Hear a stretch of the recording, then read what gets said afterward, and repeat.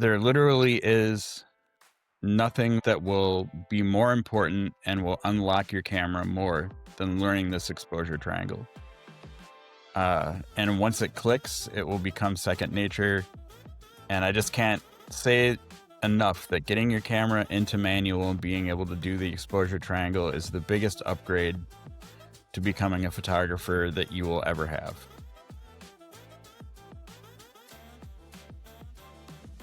Welcome to the first episode of Get the Picture podcast.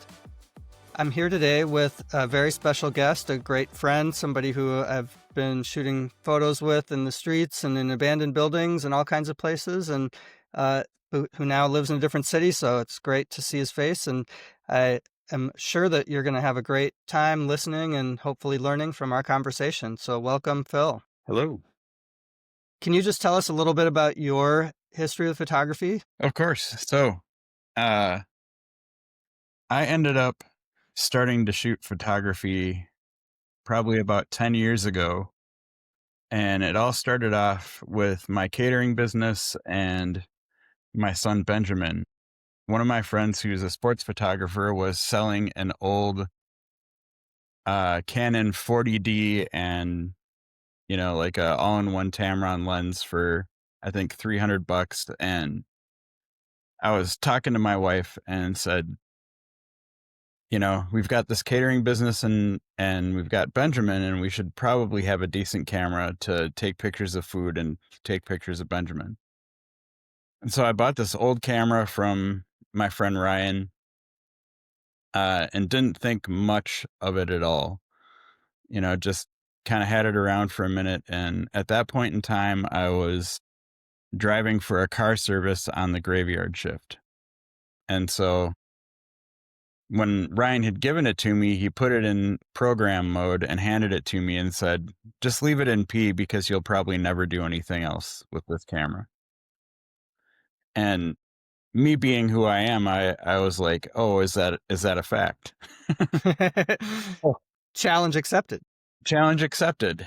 And so I started bringing this camera with me to work, because in the middle of the night, there's usually a couple of hours where you have some downtime. And so I started sitting in my car and started watching YouTube videos on photography, so that I could prove Ryan wrong about whether or not I was going to get this camera out of program mode. And as I started watching these tutorials, I ended up buying one that was like, 8 or 9 hours long and broken up into segments, and started to learn how to use the camera. And more importantly, for the photography that I love doing, started learning about how to do long exposure and night photography. And that's where cameras and photography really sunk its hooks into me, was being able to do these 30-second exposures and get these amazing night photos of Minneapolis. And being in a job where I was in a car out there in the middle of the night all over the place, being able to find these things. It's also what led me to finding abandoned buildings and crawling around in those, taking photos too, as you had talked about a little earlier. So that's how I got my start. And so those are types of photography that are not the easiest, where you have great light and you just press the button and something good might come out. You really do have to learn about the settings and about what we're here to talk about today, the exposure triangle, to get great images in an abandoned dark building in the middle of the night. Or I've never started off by doing things the easy way. What's the fun in that? What's the fun in that? Might as well take the hardest kind of photography there is to do and learn that first. And it seems to have worked, because you were willing to come on here and talk to us about the exposure triangle and what's actually happening with a camera. So that's what we're here to talk about today, is sort of the fundamentals of photography. And so I'd like to start with that before we get into ISO or shutter speed or aperture. What is a camera? What's actually happening? What is the wizardry that's happening when this phone that you hold in your hand, you tap on the screen to take a picture, or on your camera, you press the button to take a picture? For most of human history, nothing like that existed where you could actually freeze an image and capture it and view it later. It's kind of wild when you think about it. And I think it helps to set the stage for what we're going to talk about today if we just talk about the basics of what a camera is and what's happening inside when you press the button. Do you want to start off with that? Sure.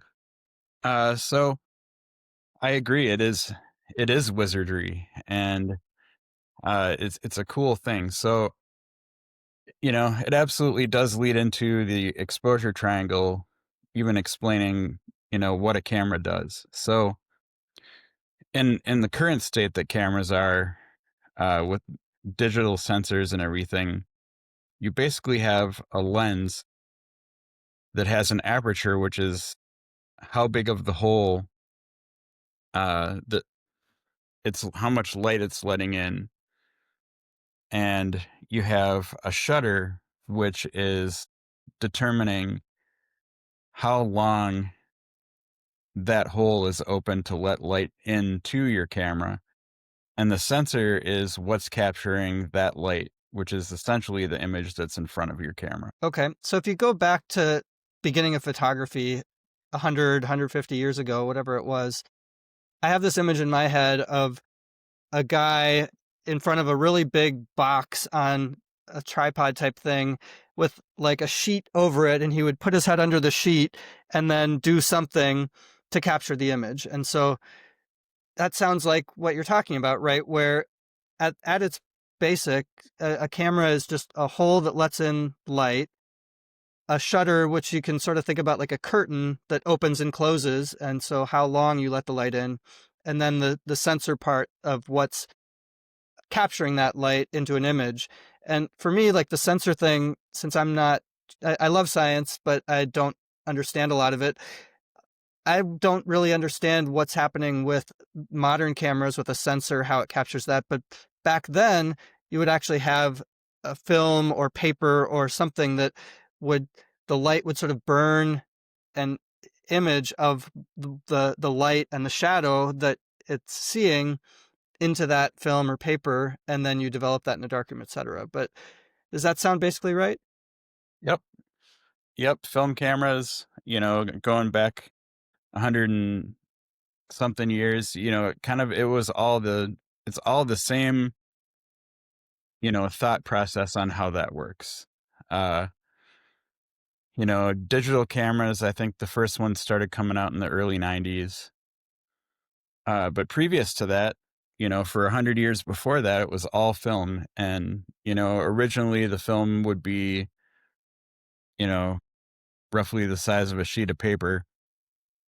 And it had the same basic principle as, 35 millimeter film in, the last film cameras that came out.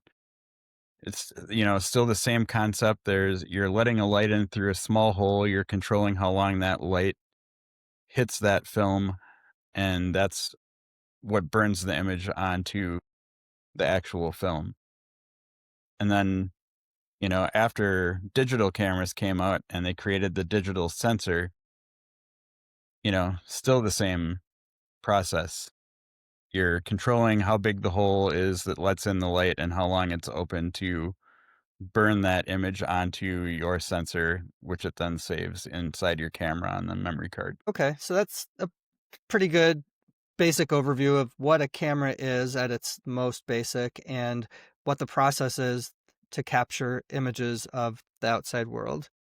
So let me just also ask another big picture question before we get into more of the nitty gritty of each of those parts of the exposure triangle. Why even bother learning all this when in this day and age you can just press the button on your phone, press the screen on your phone in your camera app, and get a decent picture a lot of the time? Or even more so now with AI, you can just type in a sentence of the image you want to see and it spits out an image that a lot of times is horrible, but sometimes is actually quite good. Who even drives stick shift cars anymore when there's automatics? Like, what's the point of even doing all of this? And understanding all of this, first of all, and then actually using a camera to take photos. Well, that's a good question, and one that I hear, from a lot of people. why do you even bother lugging around this camera when you have one that's just as good on your phone? And my answer is, well, it's not just as good as the one. Uh, How? Like, how is it different? well, the sensor in your phone is teeny, teeny, tiny compared to the sensor that is in my Sony A7R4. Uh, And you started with the sensor, which I think is great. Why is that important? The how big the sensor is? Are you saying size matters? Size does matter, Okay, and it's all true. the reason for it in camera sensors is the pixels on the sensor that detect light are the bigger they are, the more cleanly they can take that light in. Like if you take, for instance, the Sony A7R4 that I have, and you take a Sony A7S3, the megapixel count on the Sony A7S3 is going to be significantly lower than the one on my Sony A7R4. I believe my camera is 61 megapixels, and I think that the A7S is like half that. And the reason why is because the pixels on that sensor on the A7S are much bigger. And the reason they do that is because it's primarily used for video and also for very low light photography. You could basically shoot in the dark with that camera because of the size of the pixels on the sensor and get clean shots without noise. And So so when it you're can talking about the sensor in your phone, the pixels on that sensor are tiny, and they've improved a lot, uh, as have the controls on what you can do manually with a phone camera. But it just doesn't compare to an actual camera that has, the other thing too is the lenses. You have built-in lenses into the back of your camera that are the size of your thumbnail uh, on your phone. on your phone, Mhm. and depending on what kind of glass you're using on your camera, it could be as big as your forearm. Yeah, and so another thing I think about with I mean, to be honest, I think the quality has really improved on the iPhone and the other phones that are more advanced, but because, like you said, the hardware, what's actually in the phone, the sensor, like you said, is smaller, much smaller than a sensor on either an AP, APS-C, APCS. APCS, thank you, camera or a full frame camera, let alone a larger format camera. You're in order to capture better quality, I assume what they're doing is using uh, some sort of technology, some sort of they're doctoring the photo once the information's in there to try to make it better. Like for example, when you put your phone camera into portrait mode to blur the background, it's not blurring the background in the same way that the background is blurred when you take a picture with your camera and your lens. It's actually just applying like a filter to it, and that's why it looks kind of funky if you look closely at it. Sure. If you put your phone in portrait mode, it's the easiest way to explain it is it's software versus hardware. So when I'm using my camera and I use a really wide open aperture uh, to get that blurred background, it's hardware. It is the physical components of that camera are making the image that way. And when you do it on your phone, it's software being applied over the top of your photo. Which one sometimes produces results that look plasticky or not real, and two is then not as easily editable by you afterwards to improve the quality of that image in post production as you would do when we take pictures in raw with a camera. So yeah, Absolutely. And then one other factor that people don't take into consideration, and you wouldn't unless you're a photographer, is compression. If I take a photo of your face at 2.8 with a 70 to 200, it's going to look way better than anything you're ever going to be able to do with an iPhone camera. And that just simply has to do with the quality of the equipment, the size of the lens, the all of it. Okay, so you're making the case, and I agree with you that there is still a value in taking pictures with a camera with a full frame sensor, or even an APC. Why am I not remembering that? I know these things.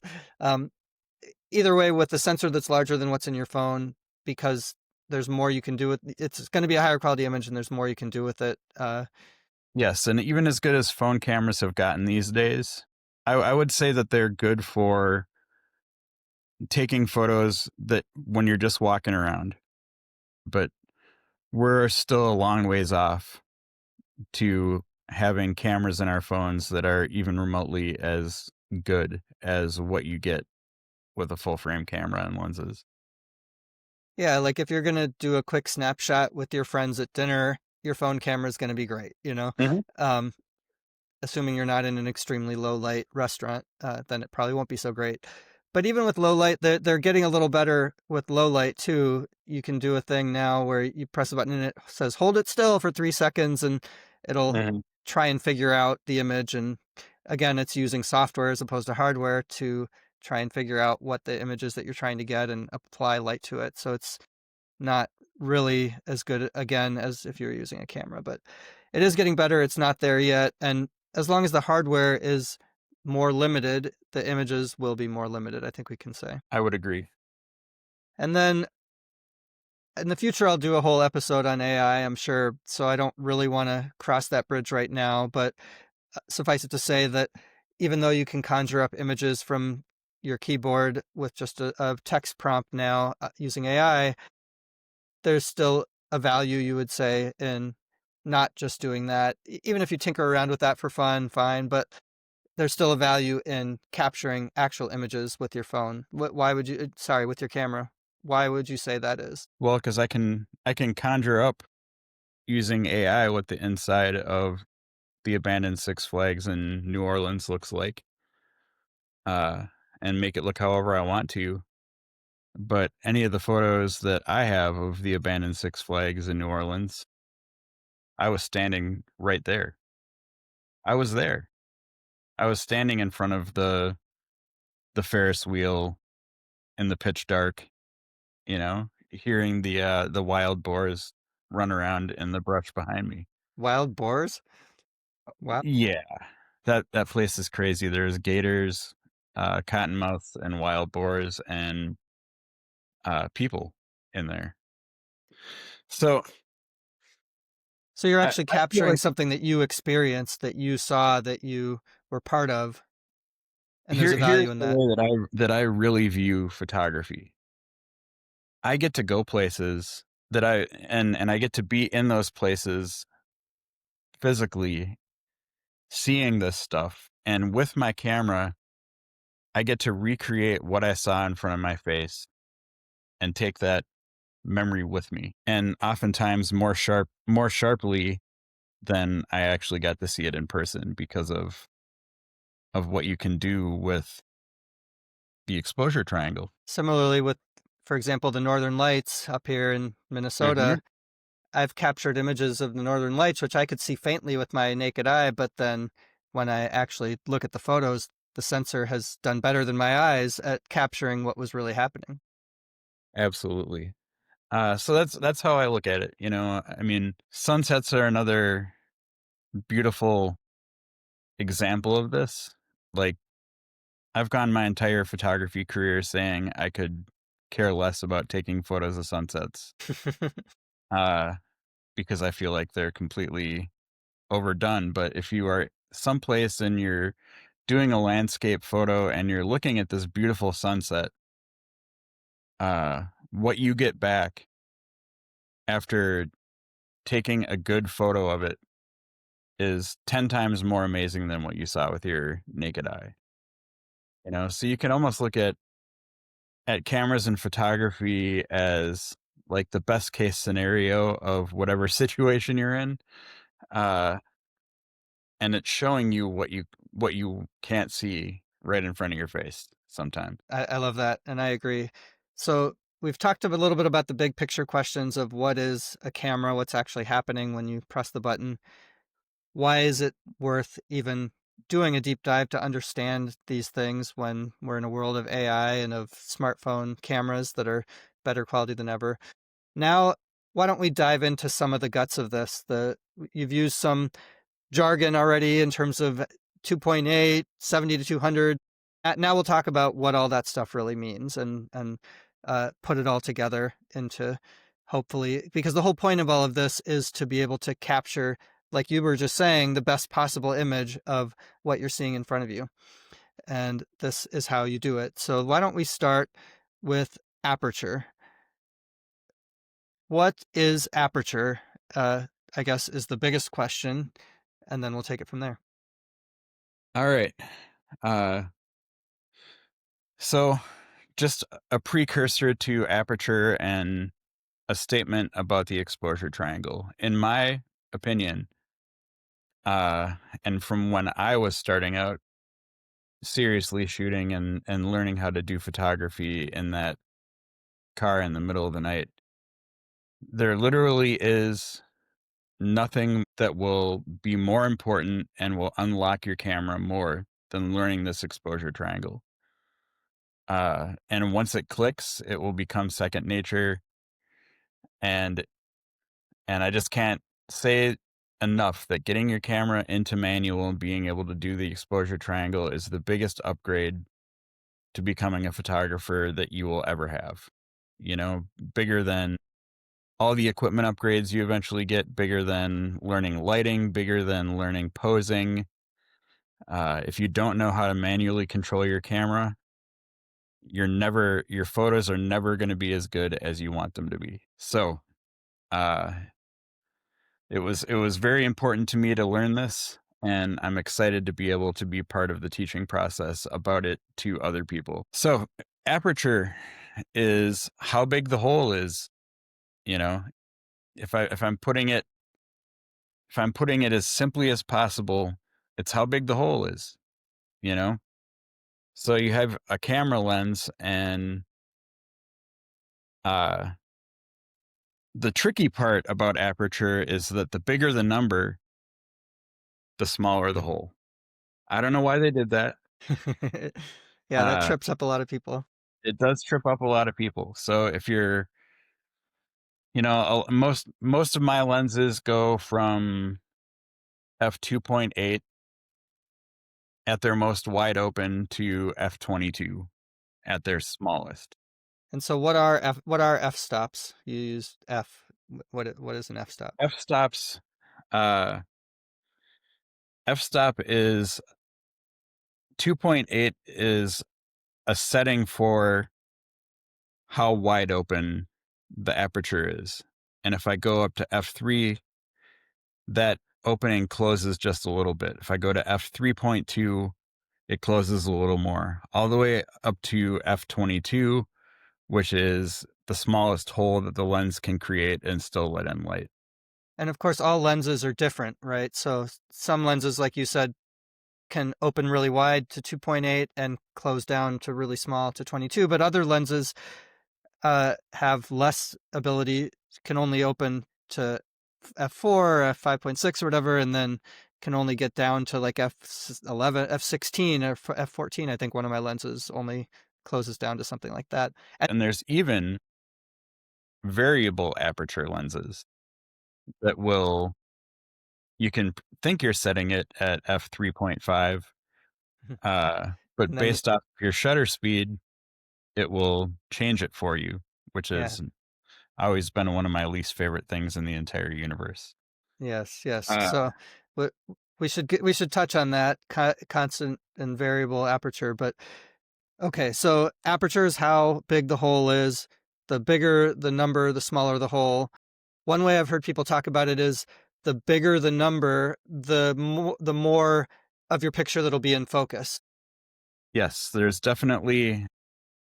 So we were talking earlier about shooting at f2.8 to get that blown out background. which means a wide open hole in your lens to let more light in.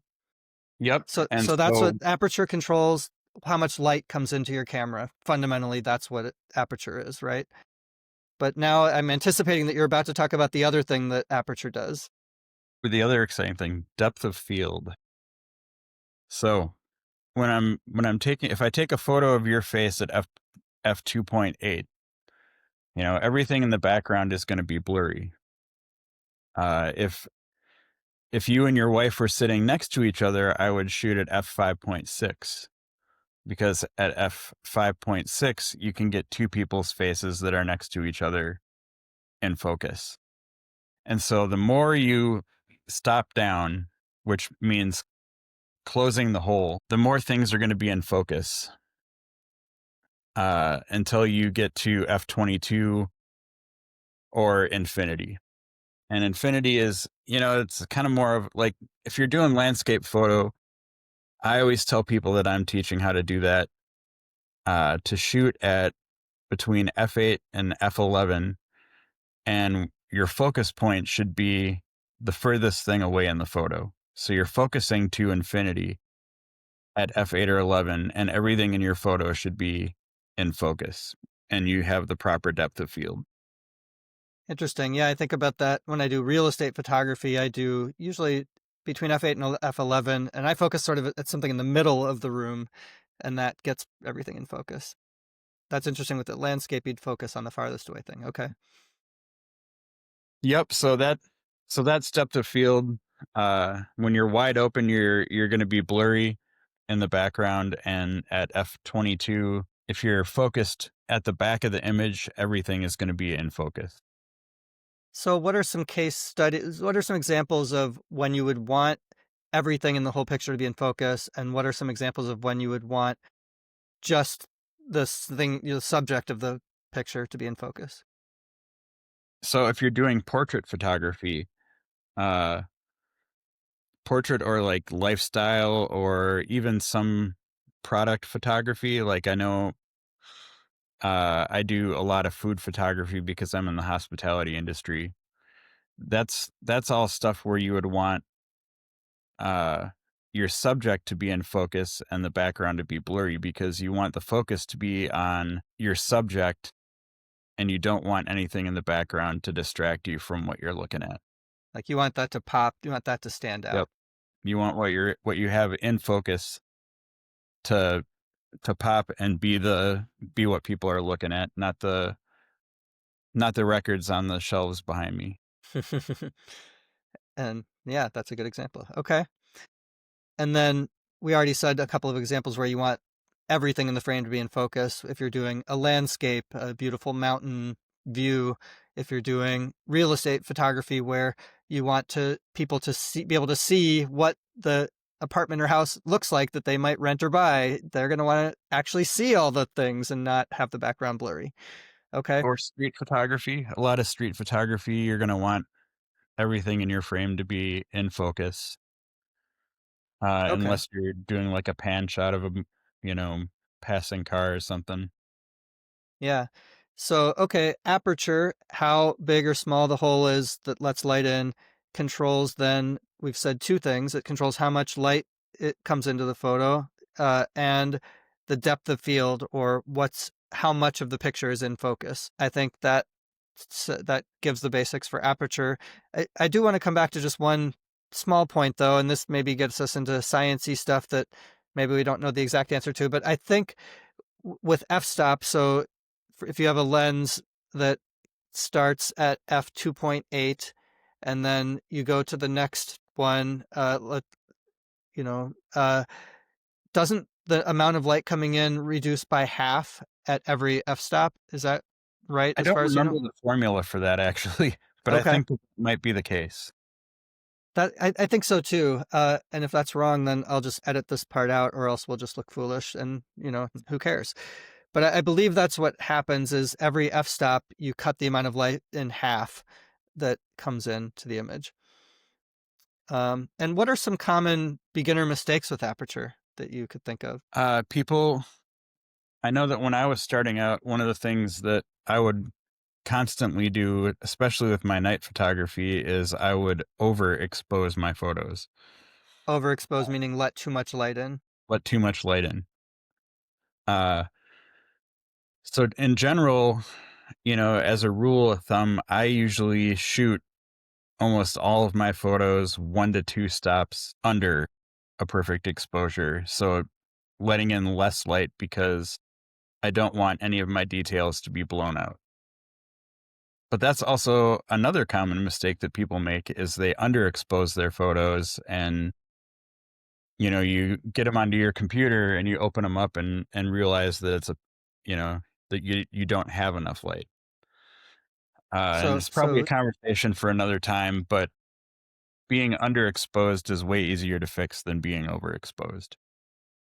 okay, so those are some common beginner mistakes. Either it's too much light comes in and then it's blown out, like you get a picture of someone's face and it's just like they're a ghost. There's no detail, or Yep.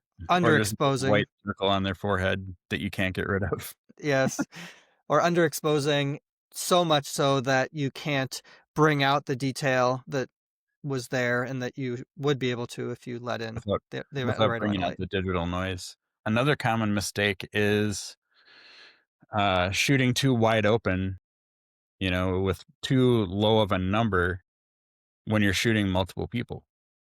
So Yes. you'll have 5 people standing there, and if you shoot it at 2.8, somebody's face is not going to be fully in focus. Yes, and that's a mistake that I still make sometimes to this day, because I love shooting wide open because I love, in a lot of cases, getting the separation between the subject and the background and having a somewhat blurred out background. I love that look. I do think it's a common beginner mistake once you figure out, like, oh, I can shoot at f2.8 and the background's blurry. That's so cool. And then trying to use that all the time with everything. And then, that becomes too much of a cliche too sometimes. But you're right, especially taking pictures of people. If you stay in 2.8, yeah, that's a mistake I've definitely seen and I've made myself. Or people will be trying to get the blown up background and will shoot with too small of a hole, with too high of an f-stop number, and can't figure out why they don't have that separation. All right. I think that gets us through some of the basics of aperture. Just to review, aperture, it's how wide the hole is that lets light into the camera through the lens. It controls both that, fundamentally, how much light comes in, and the depth of field. In other words, how much of what you see is in focus. Is it just the subject that's in focus, or is more of the frame or the entire frame in focus? And just remember, it's usually backwards of how we think about it. The smaller f-stop, the smaller number, the wider, the bigger the hole. But again, if you think about it, the bigger the number, the more things will be in focus. Maybe that'll help. All right, so that gets us through aperture. That's one side of the exposure triangle. To think about it as a triangle, there's 3 sides. So one side is aperture. Now let's move on to shutter speed. Let's talk about what shutter speed is and what its role is in exposure. So shutter speed is, well, it's the speed at which the shutter in your camera opens and closes. And I think on most cameras these days, you can have it be as short as 1/10,000th of a second. I'm not sure. I seem to think that that's a number. I And think on my most s- cameras, I think on my Sony A7 III I can do 1/4000th maybe is the shortest, but that's a mhm. few generations old by now, so yeah, okay. And then most digital cameras, due to sensor overheating, have capped your shutter speed being open at its longest at 30 seconds. So you can So go from 1/10,000th of a second, like faster than you can blink your eye, much faster than you can blink your eye, up to 30 seconds. And you can actually do longer, which I imagine you'll talk about, but the workaround to if you need more than 30 seconds. But so that's quite a range. Okay. absolutely. So I talked about doing night photography, and with night photography, I was doing almost all 30-second exposures, and sometimes beyond that using a shutter release, uh, which is probably a topic for another time. So if you're taking if you're making photos of a person, if you're doing portraits, you're going to want to have a relatively fast shutter speed, Why? you know, because it freezes movement and 'Cause and as much something. as we wanna stand still or sit still, we're always moving a little bit, right? Yeah, and I never actually paid attention to the fact that it's impossible to sit completely still. And I didn't never knew that until I started doing photography, because if you take a photo of somebody with too long of a shutter speed, it will be blurry because as a human you can't sit completely still. Yeah. Uh, so if you're doing portrait work, depending, I'm getting ahead of myself here, but depending on what your aperture is, you're going to want to use the fastest shutter speed that you can, and still let the right amount of light in to get the exposure that you're looking for. But so if you want to freeze the action, you want either you have a fast moving subject, you're trying to do a portrait of a little kid who is moving around a lot, or you're at a basketball game or a hockey game and you wanna get a picture, you need as fast of a shutter speed as you can in those light conditions. Yep, because if you've got a football player running past you, or uh, you're at a motorcycle race or a car race or something, you're gonna have to have that 1/10,000th of a second shutter speed if you want to stop whatever you're shooting in the frame, because otherwise it'll just end up being blurry. Or even things that aren't moving that fast. I've taken pictures at events where there's somebody speaking and they're speaking in a microphone, they move their hands like this. You may get their face in focus, but their hand blurs through the frame, and that's not a good look. It doesn't look like a professional photo. Absolutely. Even in that situation, which I've also been in many times, probably standing right next to you, uh, you do need, a good 500th or a thousandth of a second to stop that without any motion blur, in my opinion. So there's times when you would want a fast shutter speed to stop the motion. So that's Mhm. one thing a fast shutter speed can do. Um, are there times when you would want motion or blur in your picture? Yeah, absolutely. Take that same motorcycle race. Instead of stopping everything in the frame, maybe you want to do a pan shot, so you shoot at a little bit of a lower shutter speed and you pan your camera across with the car, and you have the car in focus, but everything else is blurry. Or you're looking for, uh, if somebody's running, you can still get most of their body and their face in focus, but their arms or legs are blurred out. You know, Yeah. Another example I like that I use a lot when I do concert photography is the shutter drag method, which is a topic for another time, but where you do a very slow shutter speed and use a flash to freeze the motion and get the trails of light to capture some of the energy in a concert type for situation. sure. Yes, we could probably have an entire episode about light trails and light painting and all of that fun stuff. Because Let's do it. yeah, we have to get Typhy involved. Because All right. Typhy went on the light painting journey with me We could have all three of us. Let's do it.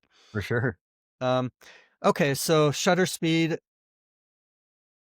helps determine w- how much of the image is frozen and is clear and crisp versus if there's going to be some blur. And in a lot of cases, maybe in most cases that beginner photographers would do, you're going to want to freeze the action. And so you're going to need a faster shutter speed. If you think about it like a curtain opening to let the light in and then close the curtain back, it's the least amount of time possible for that. But there are cases, as Phil just talked about, where you want some blur on purpose, and then you would slow down the shutter speed a little bit. So we've talked about sports, like real world applications, like sports. Low, so when sports where things are moving fast, you want a really fast shutter speed. Low light situations where you need to let as much light in as possible, you're going to want a much slower shutter speed. You want that curtain to be open much longer to let more light in to get a proper exposure. Night photography similarly, and light trails similarly. Okay. Any other real world applications, or does that pretty much cover it? I think that covers it. All right, so we've got two sides of the triangle now. We have aperture, we have shutter speed, and now let's talk about the last one, which is the most, maybe the least understood, I think, at least when I was starting out as a photographer, I understood it the least. ISO or ISO. So let's do the first question. How are you supposed to say it? Is it ISO or ISO? I've heard it said both ways. Some people say ISO. I've always said ISO. Same with me. And I think what it stands for is like International Standards Organization or something like that. That's so generic that it's like, what? Um, Yep. okay, so what It's something is generic. I can't remember exactly what it is though. what is ISO? ISO, very, very simply put, is the sensitivity on your sensor. So the higher the number on your ISO, the more sensitive your sensor is to light. Uh, and so you would naturally think, well, I'm just going to crank that all the way up, Yeah, let more light because in. because we want to have our sensor be as sensitive as possible to light to get the best possible aperture and shutter speed settings. But Makes sense to me. ISO is a fickle, uh, unforgiving thing. And what I didn't realize was the higher your ISO, the more chance for digital noise in your images. So while it is part of the exposure triangle, it is the last part of that equation that you want to change. And the reason I say that is because of that digital noise. You can completely ruin an image, although AI has gotten a lot better with that part. Uh, I have one app that I use specifically for denoising photos, and it does a really, really great job of doing nothing but take the noise out. Hmm. So Uh, noise is, you usually associate noise with sound. When we're talking about an image, can you maybe be a little more specific of what noise looks like? sure, it's I guess it almost looks like film grain. It's in the background, and it makes your photo not look clean. Like, I'm trying to think of analogies that Gen Z would understand. Like, I can say, well, it's like when you have the TV to a channel where there's nothing on that channel and you just see the noise, but I don't know that that registers with people now. Like, what's another? Yeah, It is hard to explain, but if you've ever taken a noisy photo, you know exactly what we're talking about, because you'll open it and it'll almost look like there's snow in the photo. that's a good way to put it. Yeah, snow, and it's often, if depending on the colors in the photo, it'll be like all different colors of snow Hmm. that basically make the image unusable if it's bad enough. Yep. And Yeah, almost so, like static on a TV. I mean, it's and so, so let's go back to what it actually is. Okay, we're talking digital. This is digital photography. Some people may be doing film photography, and I love that for them, and I like doing it too. With film, when you buy a roll of film, you're buying a roll of film where the whole roll is the same ISO. You can't change the ISO. So you either buy like 400 ISO film or 100 ISO film or whatever, 1600 ISO film if you want to get really crazy. Um, and so you're just stuck with that ISO for the whole shooting that whole roll of film, and then all you can really adjust is the aperture and the shutter speed. So you would have to decide back in the day with film or today with film what you're going to be shooting and how sensitive you want the shutter, and or it wasn't sorry, how sensitive you want the sensor to be. Then it wasn't the sensor, how sensitive you want the film to be to light, Mhm. and you're stuck with that for the whole roll of film. So if I was going to shoot a concert in a dark club, I would buy a roll of film as high of an ISO as possible because I know it's going to be a low light situation. If I'm going to go shooting outside in broad daylight, I would get a low ISO, 100, 200, 400, whatever. Now, on digital cameras, you can control it and change it for every picture. So you can take one picture at 100. So yeah, let's talk about those numbers a little bit. What is the range of numbers of ISO, and which is more sensitive to light, and and which is less? Sure.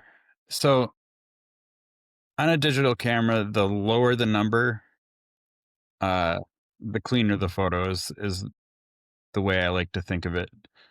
Uh, I think on my camera, I can go all the way down to 50 ISO.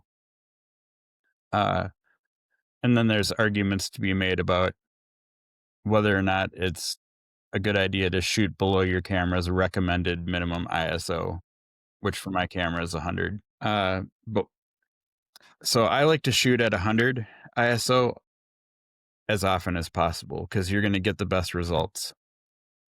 I think my camera goes all the way up to, I don't know, 100,000 ISO, maybe Yes, 64,000 or 128,000, something like that. Yeah. 128. I think is where mine goes to. But if you take a photo at 128,000 ISO, it's going to look like a snowstorm Or an electrical storm. Yeah. or an electrical storm, and will be pretty much unusable. 32. I don't think I've gotten too many images aside from using a Sony A7S higher than 64,000 ISO.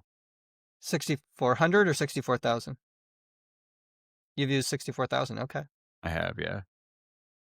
I set mine on I have a Sony A7 III, and on that, and I assume on most other modern cameras, you can set the like even I'm not recommending to put things on auto. I think it's important to learn how to shoot in manual mode where you manually set all these things like Phil talked about at the beginning.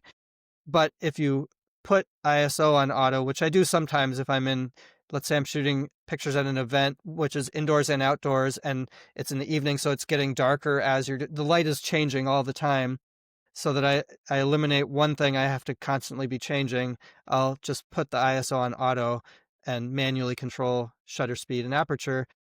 And you can set a range on the camera that it's on auto, but you're not going to let it go above 12,800, for example. And that's, I think, what I usually block mine at when I do I that. think that I almost, unless I'm doing tripod photography where I'm 100% in manual, if I'm shooting an event or a march or a concert, I've almost always got my camera in auto ISO with a range set. Yeah. Yep. And so when you're learning how the camera works, I think there's a value in using manual mode and not setting your ISO on auto so that you can actually learn these things well. But then there'll certainly be applications where, like Phil was just talking about, and like I talked about, you can make your life a lot easier by just putting the ISO in auto mode within a range and manually controlling shutter speed and aperture. Okay, so ISO is how sensitive the sensor in your camera, or if you're shooting film, how sensitive the film is to the light that is let into the camera. And we've talked about some real world situations where, in general, I think you said you want to shoot with the lowest ISO possible because that'll give you the cleanest image. I think that's the most important takeaway. Keep the ISO as low as you possibly can. You'll have a much better image and much more to work with when after you've shot the image, when you put it into Lightroom or whatever you're using to edit the image.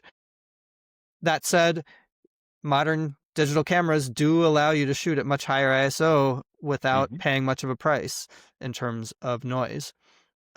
Especially when you get it into Lightroom or Capture One or whatever software you're using, where you can correct for some of that noise. Say again, so generally you keep it as low as possible. What's the range you try to keep it in, like that you wouldn't go above to get a usable image? 32 or 64,000. Probably not even 64,000 because it gets pretty bad at that point. Yeah. My rule of thumb is like I will let it get higher, but in general, if I can keep it below 3,200, then I know I won't have to adjust anything for noise after I take the picture when I get it into Lightroom. If Sure. it's between 100 and 3200, that's going to be with a modern camera with a full frame sensor. That's going to be a usable image without having to adjust the noise afterwards. So if you're looking for a rule of thumb to not let it go above a certain amount, that's my personal recommendation. Keep it below 3200. You can go above 3200, but then you're going to have to do some editing afterwards to get rid of some noise. I would say 3200 if you're trying to keep it all in camera, and probably 6400 if you're going to be adjusting it in Lightroom after the fact. We are in agreement then. Especially, and this would be for the majority of the kinds of photography that people are going to be doing. Where I talk about shooting at much higher ISOs, uh, is basically shooting in pitch dark on a tripod in a abandoned building or something, where like literally the only way you're going to get the photo is to shoot it at a super high ISO Right. and then So, fix it in Lightroom. all right. So we've talked about the three sides of the exposure triangle: aperture, shutter speed, ISO. We uh, talked about some sort of recommended guidelines for when you would want to use different types of settings. But let's say you're taking some photos. You have a model in front of you who is on a timeline, can't sit there all day while you're fiddling with settings. It can be you're at an event, you've been paid to take photos in an event, and there's the most important moment, and you have to capture that moment. It can be hard and intimidating thinking about adjusting three settings to get everything right. And so I guess I'll just take a step back and say another caveat for this is what we're talking about here is what you can do with just your camera without adding light from whether it's a flash or external lights of some sort, and without generally without a tripod. There are times when you can use a tripod and it'll allow you to do more, like slow down the shutter speed significantly, in a way that if you do it handheld, you're not going to be able to hold it still. You're going to get some blur.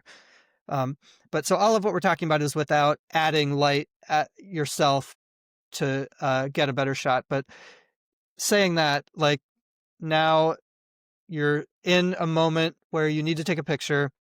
You have to figure out these three things together.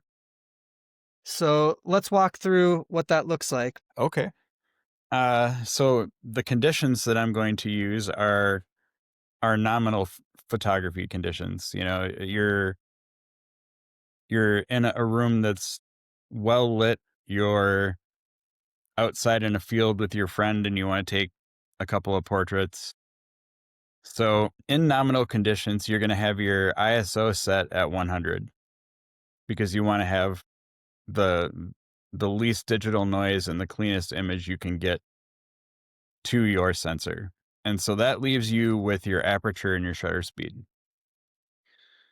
If you have good natural light and you're taking a portrait, you should be able to take that portrait at, f2.8 or f5.6, depending on what you're trying to do, and have that blown out background. And you should be able to do that because you have nominal light and you'll be able to set that shutter speed wherever you want to. You could set it at 1/10,000th of a second. You could set it at 1,000th of a second, without overexposing. So the beauty of the exposure triangle is that depending on what you're shooting, you can adjust these three settings to achieve the results that you want to get more often than not. So say it's a landscape photo and it's a cloudy day or it's twilight, you're going to want to have that aperture be f11 so everything in the photo is in focus. But at that point, you're probably not going to be able to stop motion. So if there's somebody in that photo, you might have to sacrifice that f11 and open your lens up and shoot it at f6 to be able to get a fast enough shutter speed to stop motion. And that's, that's the whole thing about shutter speed and aperture is it's a it's a compromise, like There's creative trade-offs. Yeah, there's creative trade-offs for all of it, and it depends on what you're trying to achieve. If if I'm in if I'm standing on the Stone Arch Bridge trying to take a photo of downtown Minneapolis, I'm gonna want to shoot that with as small of an aperture as I can, with as high of a number as I can, probably somewhere between 8 and 11, like I said. because you want everything in focus. I want everything in focus, but I don't want to go too far past 11 because I don't want the light starburst to get too sharp. I love the light starburst. I'm going to 22, man. That was always an argument between me and Typhy. But the other thing about shooting at that f11 versus f22 is uh, you don't have to have such a long shutter speed to achieve what you're trying to achieve. So, I'm setting up to take that shot on the Stone Arch Bridge. I'm set at f11, and my shutter speed is going to end up being 20 seconds because there's some street lights. There's lights on the bridge, and the buildings are lit up, and there's ambient light behind the city. Uh, so 20-second exposure at f11, and I get a good photo out of it With ISO 100. at ISO 100. So that's examples of settings you'd use at night to get a cityscape at night. Uh, F11, ISO 100, shutter speed. What did you say? 20 seconds. Okay, that's a great example. Let's do some other examples then.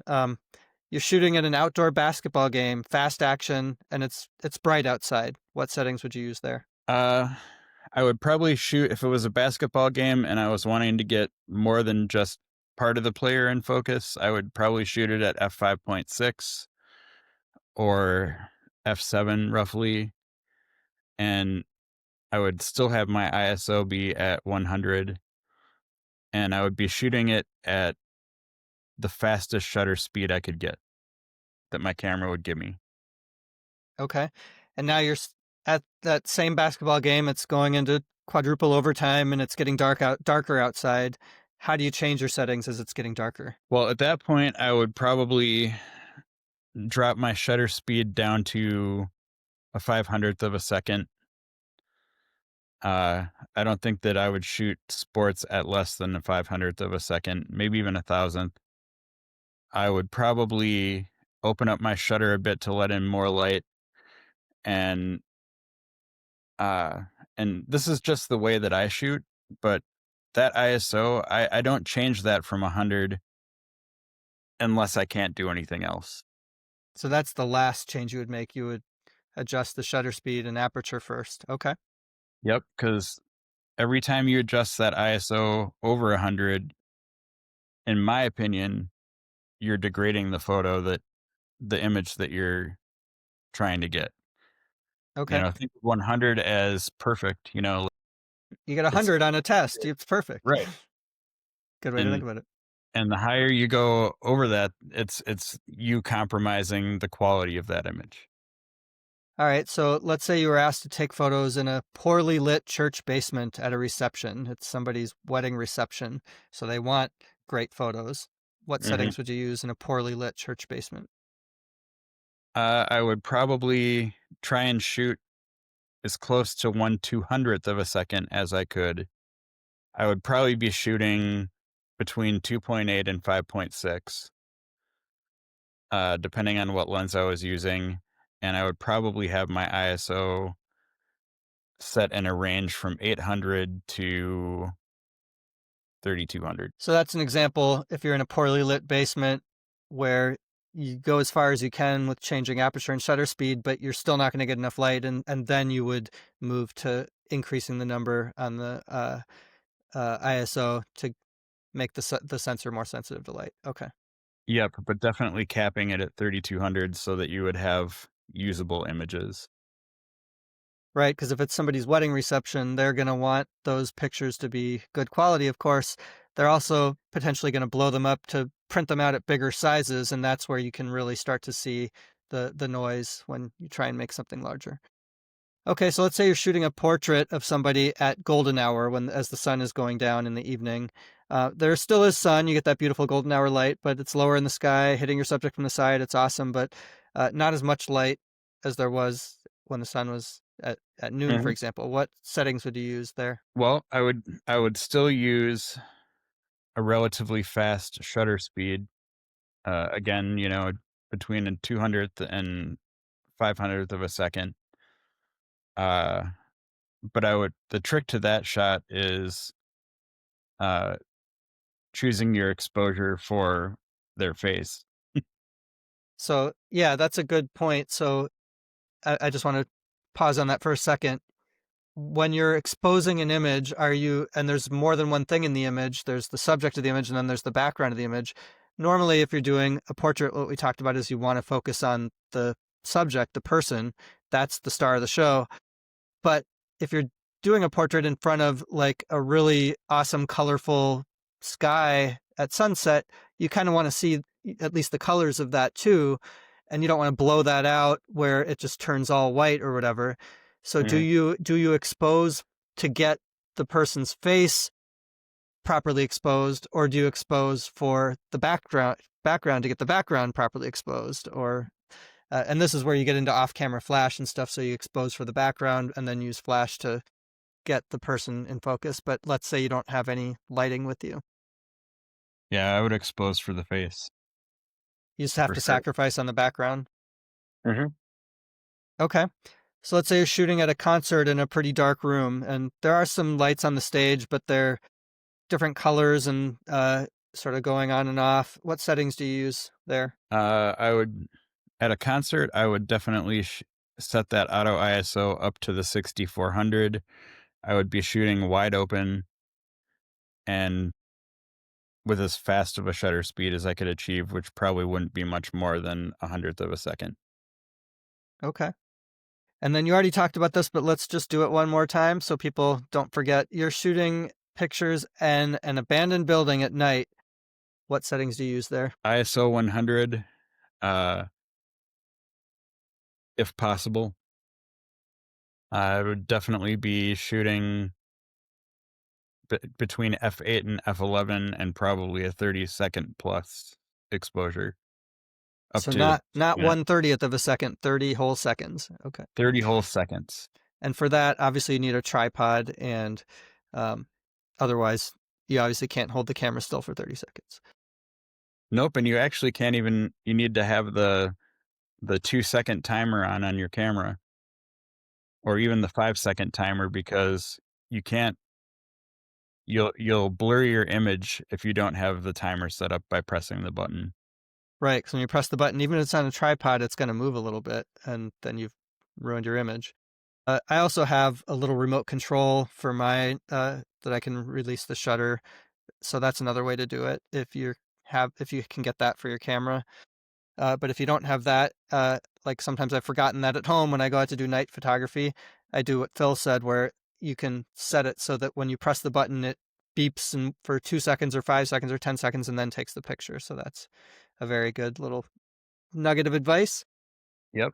And for your knowledge, Sony has an app, so They you connect your camera to your phone and control your camera on the tripod with your phone. I've heard there's a new app called Creator or something like that. Their old app I despise and have deleted it off my phone because it just drives me crazy. It's so bad. But yeah, maybe I need to download their app now and try again. I think the one I have is just called Shutter. Okay, that's different. I had Imaging Edge, I think it's called. Oh, that The was garbage. yeah, Everything else it's is garbage. don't download it if you use Sony. It's a waste. So now we've talked about the exposure triangle, like what a camera is, what the things that are happening inside, the three things you can control to get a proper exposure, which because it's three things, we call it the exposure triangle. What are some exercises that if somebody's a beginner trying to figure this stuff out, they've been shooting on auto or just using their phone, now they have a camera, want to put it on manual mode. M is manual mode, I think on all camera brands. Put it on M and then start to learn these things and control them to get the exposure the pictures you want. are some ways people can practice? Well, if you wanna get better about using the exposure triangle on moving subjects, go downtown and sit at a bus stop, you know? If you go down to, I don't know if Nicollet Mall is still busy these days with buses and workers, or go down to Hennepin and sit on a bus bench and try and take photos of the cars going by. See what kind of shutter speed you need to achieve to stop the motion on those cars. You know, if you want to try your hand at low light photography in that same way, like if you're planning on shooting an event or a concert, you know, go shoot in the dark. That was the biggest challenge for me when I first started out. Was That's what got me to learn the exposure triangle. Is I wanted to be able to take photos at night, and I couldn't. Every time I tried, I would just get this big blurry mess no matter what I did. Yep. Uh, and then figured out that if I opened my lens all the way up and I slowed down my shutter and turned up my ISO, I could actually get handheld shots at night. So it's really just about figuring out in your brain. Like for me, it was just a big huge mess in my brain until it all clicked. And then, I mean, practice is really the key, right? Hmm. And with a digital camera, there's no cost involved in practicing as much as you want. Whereas with film, you'd have to buy a roll of film, then develop the roll of film, and you pay for that unless you have your own darkroom, and that costs money too. With digital photography, you can practice as much as you want, and that really is the key. So I love those examples that Phil gave. Go out there in the real world, touch grass, get out on a main street in your city or town, and you can do that. Another thing you can do, if you have pets, if you have a dog, cats, hamster, snake, uh, practice taking pictures of them. If you have a family who is willing to sit there while you take pictures of them without, if you have a teenage kid, maybe they're going to roll their eyes and hate you if you try to make them sit longer, so maybe don't do that because you want to have a good relationship with your family. But if they're willing to be pose for you, you can work with your family. If not, if you want to practice portrait photography with different lighting, there's a podcast, So You Want to Be a Photographer, which stopped in 2022, unfortunately, when the host passed away, Gina Militia, who's a great podcast, great photographer. But she always advised just buy a styrofoam head, like they use at barber shop to show different wigs. You can buy a styrofoam head or a little plastic head and just practice different settings. Would take the same picture over and over again, changing the f-stop one stop each time, take the same picture, see what changes, do the I've same thing. I've done that with new lenses.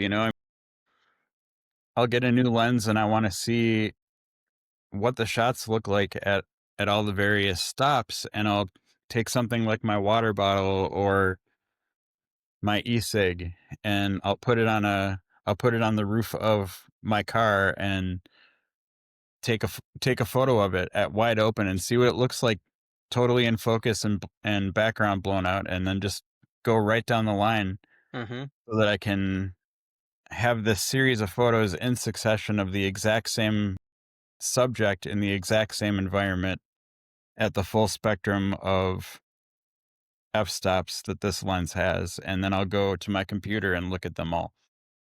That's a great idea. And you'll notice some things too. I mean, some people really fixate on getting every pixel perfect. And that's not me generally, unless someone's paying me and, they need a very specific thing. But you can actually notice with different lenses, some lenses are going to be tack sharp in the middle, but sort of softer and blurrier in the corners or around the edges but at like f5.6, it's going to be sharp all the way through.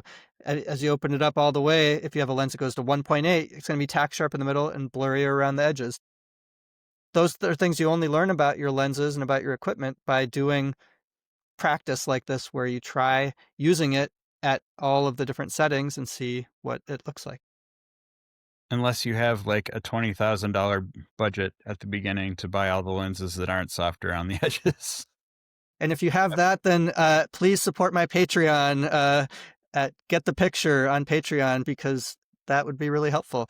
And buy that $20,000 lens. All right, so I think we've gone through it all. Just to wrap up the key points, do you wanna tie it all up with a bow? Sure. Uh, guess I'm not terribly sure how to tie it all up with a bow except for just practice it. You know, take your camera out. If you can't get out of your house, do it in your house. You know, just practice this exposure triangle. Bring your camera with you wherever you go. Put it in your bag, bring it with you. If you see what looks like a challenging lighting situation to you, pull your camera out and see how you'd shoot it and try and then go look at the photos. You know, this isn't one of those things that you can just think your way through. It's all practice. How many photos would you guess you've taken since you started digital photography? At least, I don't know, a million and a half, 2 million. Okay, there you have it. You you don't have to take a million photos to be a good photographer, but if you do need to take thousands, many thousands before this Thousand. stuff is gonna become second nature. I think that my Lightroom has 100,000 images in it. I don't All know. right, well, Lots and lots. so the exposure triangle, you can look at an image, you can Google it, look at an image, you can watch a 1-minute TikTok video about it. Now you've listened, if you're still listening, you've listened to over an hour of us talking about it. It still may not click until you get a lot of practice in. So practice, as Phil said, I'm just going to double down on that. The more you practice and be methodical about it or random about it, but if you're methodical about it, like we were talking about, try the same image with each shutter speed, try it, and then try it with the different aperture openings, try it with different ISO. You'll see and learn more quickly the more methodical you are with your practice. And we've also made reference to several other things in this episode that I will definitely have future episodes about, whether it's flash, whether it's off camera flash, whether it's what are some of the other things we talked about? Tripod, long exposure photography, night photography. I'm planning to do episodes on all of these things, and I already have some guests who are lined up and are going to be really, really awesome. And I hope you'll keep listening. I may mention before, half jokingly, but I'm not joking at all. Please support the Patreon. The link will be in the show notes. And thanks again for listening. Thank you, Phil, for sharing your expertise gained over more than a decade of being out there in the streets at night, risking life and limb to get the shot. And I appreciate you coming on to help explain the exposure triangle. Absolutely. Thank you for having me, Brad. Do you want to let the people know where they can find your work if they want to see some of the work you've done? Sure. I'm on Instagram as at Phil Ward Photo, and my website is philwardphoto.com, although it's horribly out of date, so Instagram is probably your best bet.